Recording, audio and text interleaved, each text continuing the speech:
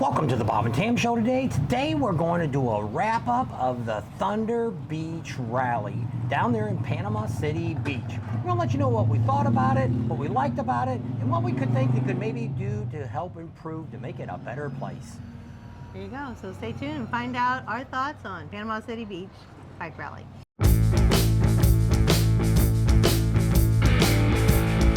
So let's start off with the number one thing that always affects all the rallies out here, and that is the weather. Yeah. How great was the weather this week? Perfect. You couldn't have asked for better weather.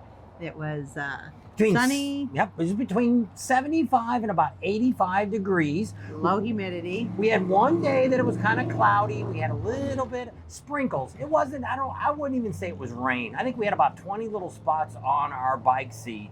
And by the time we got up and walked over, they had already evaporated. It was dry. Yep. So there was a big threat of rain, but nothing really happened. It was cool at night. You almost had to put your jacket on when you're out riding and stuff. But I mean, it was perfect weather for a bike week. Even if you were sitting in a little bit of traffic, it wasn't so hot as it has been in the past. Yep, that's for sure. So the next thing we're going to talk about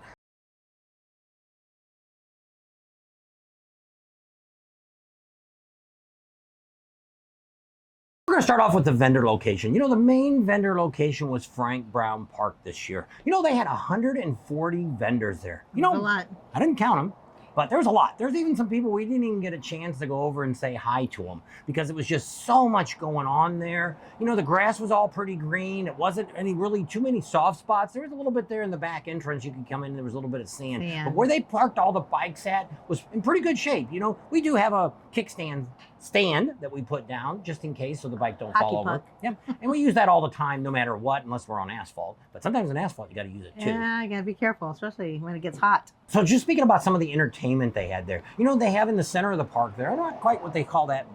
I'm not sure if they call it the Twisted Tea stand. I'm not sure what they call that stage area there. But Big Engine played. Also, we had Jasmine Kane. We actually had an interview with her. She played there. And they had a couple other bands in between. We didn't really know who they were. But all those concerts were free. And then they also started out in the big theater there on Wednesday night. They had Buck Cherry. Yeah, and had a great show. And not a whole lot of people came because, it's Wednesday night. What do you expect? They had a great lineup for the whole week.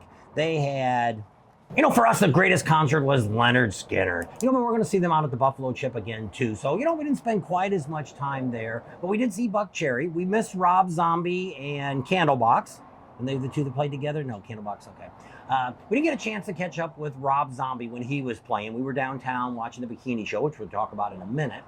But they had some great people there. Pantera came back. I think it's been 15 or 20 years since they played in the States. And a lot of people said that was a great concert on Saturday night. Candlebox was there. Jackal came out and played too. So they had some really great concerts that, those cost. But it was great to add to the adventure of what's going on. If you like to be involved with concerts and stuff, they supplied them this year. The next venue we want to talk about, which is part of the Thunder Beach Productions. So they had another setup, which was called Crossroads. And that's just over across the street from Caddy Corner from Sharky's. And that was a lot better lot than they used to have over there. The old Lucky 13, they were used to have it last year. A little harder to get in and out of that place, a little harder to see the venue. So they had that all going over there. They had quite a few vendors over there. They also did all the bike shows over there. I think every day they had one or two or three different bike shows going on. So it was really easy to get in there and out of there to see the bike shows if you wanted to see that, plus see the vendors. They also had a bikini bike wash there. Yeah, they did. So they had that going on. Next stop is going over to PCB Harley Davidson. They had they had a few more vendors, I think, this year than they did last year. In the morning, they were really crowded in the morning, but in the afternoon, they weren't quite as crowded. Looked like they probably sold half or maybe a little more than half of the bikes that they had. So I think overall, they had a pretty good time there. Most of the vendors that we talked to, they all said that they did pretty well there and also at Frank Brown Park. Next stop we want to make is over at the Indian Dealer. It's kind of the basically same setup they've had for the last few years. They've always got the bikini wash over there that's going on.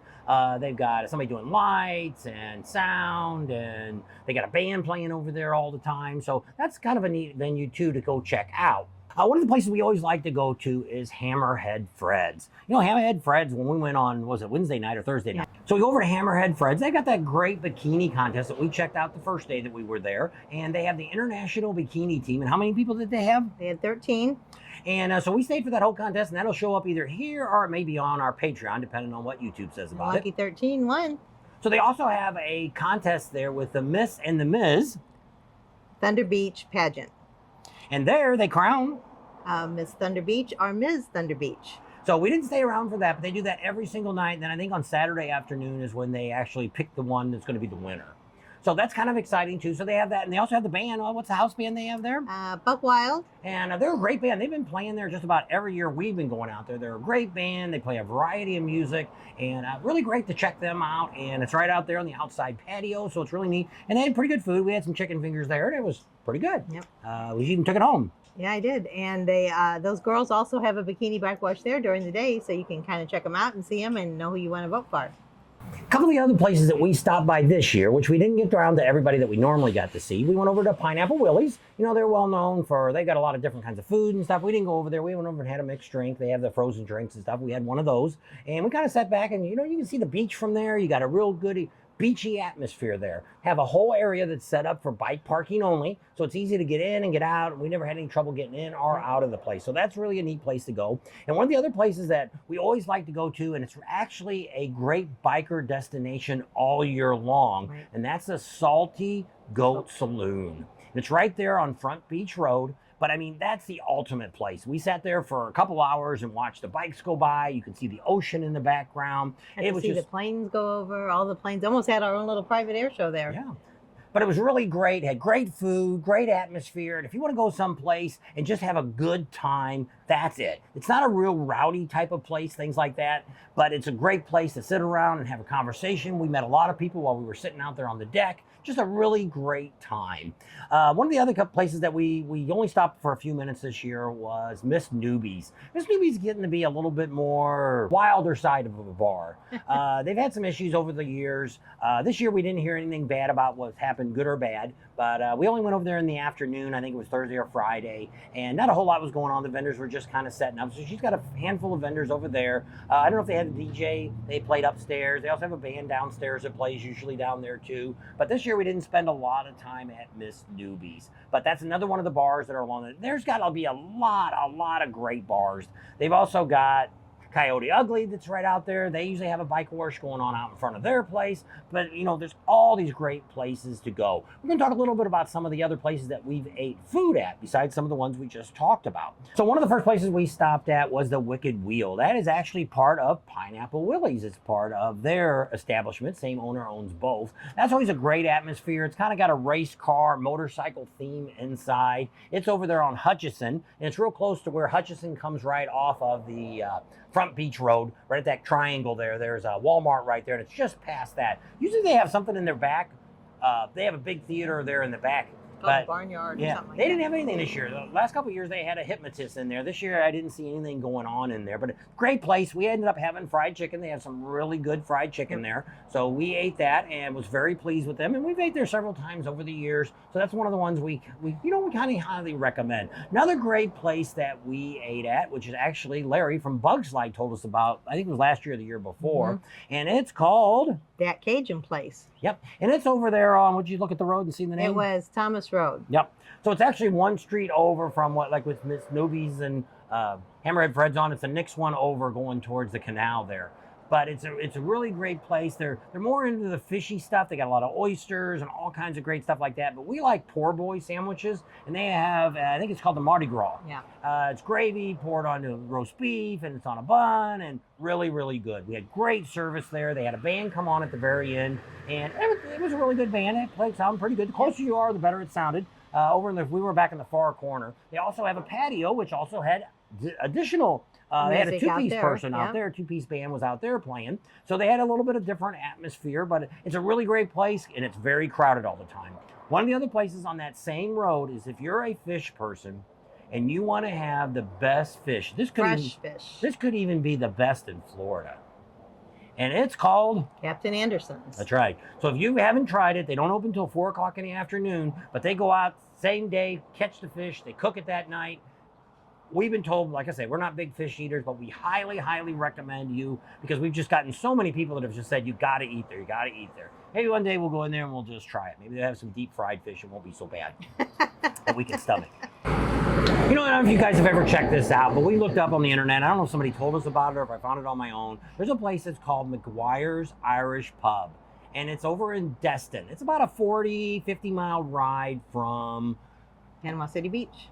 But it's a great ride. You can actually cut over a couple of times and get closer to the coast and ride through some of the little smaller towns if you want. Beach towns. It takes you about an hour, a little more than an hour to get out there. But I mean, this place is great. It's got over $1 million stapled to the ceiling.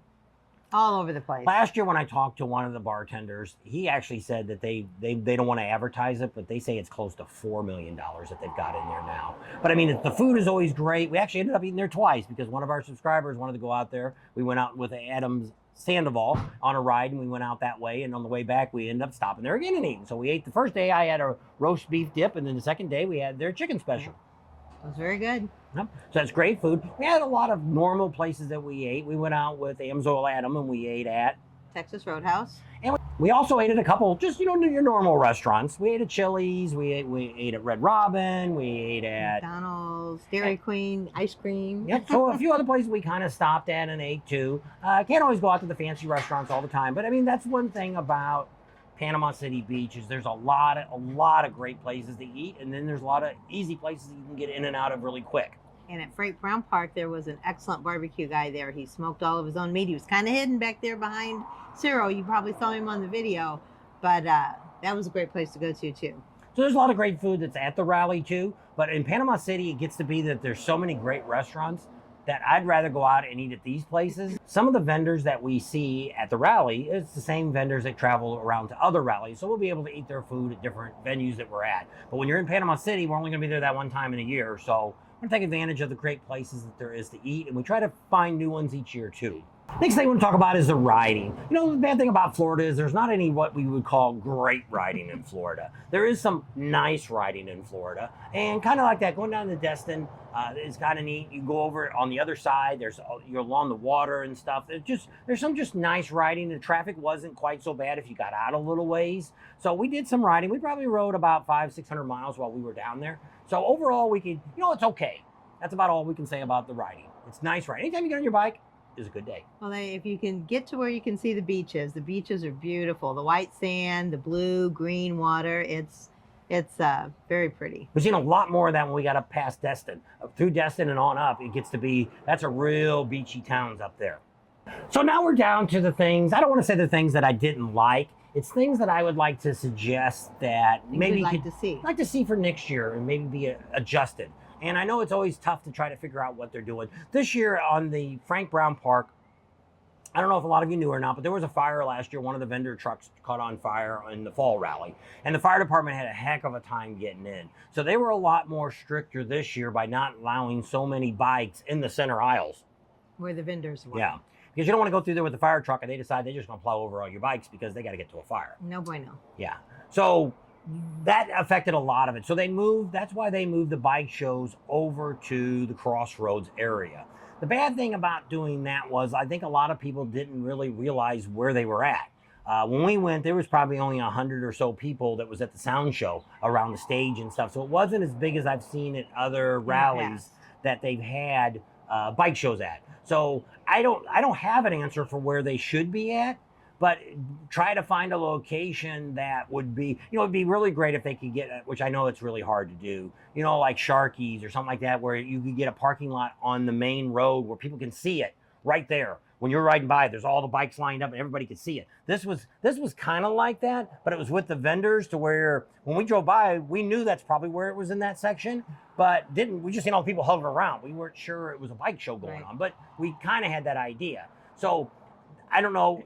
The promoter Chase, he had to do what he had to do, and that's probably the best place for it. The other thing that I would have liked to have seen was a stunt show, something else to bring in some excitement.